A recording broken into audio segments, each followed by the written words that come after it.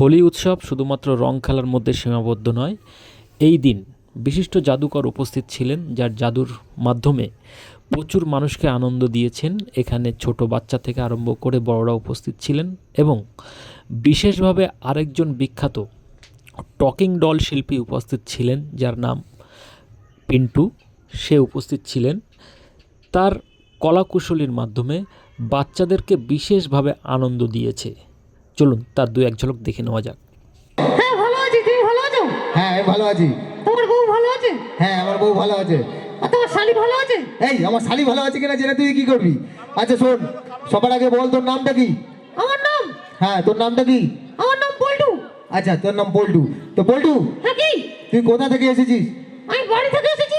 হ্যাঁ, বাড়ি থেকে তো আমরা সবাই এসেছি। তো তোর বাড়িটা কোথায়? অনেক অনেক অনেক অনেক দূরে একটা তাল গাছ আছে না? হ্যাঁ, অনেক দূরে একটা তাল গাছ আছে। ওই তাল গাছের সামনে। আচ্ছা, তাল গাছটা কোথায়? তাল গাছটা আমার বাড়ির সামনে।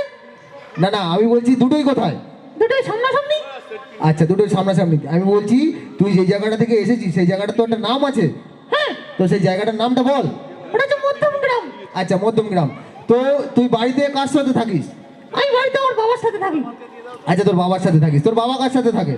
বাবা আমার সাথে থাকে। আর দুজনেই কার সাথে থাকিস? দুজনের সাথে থাকি।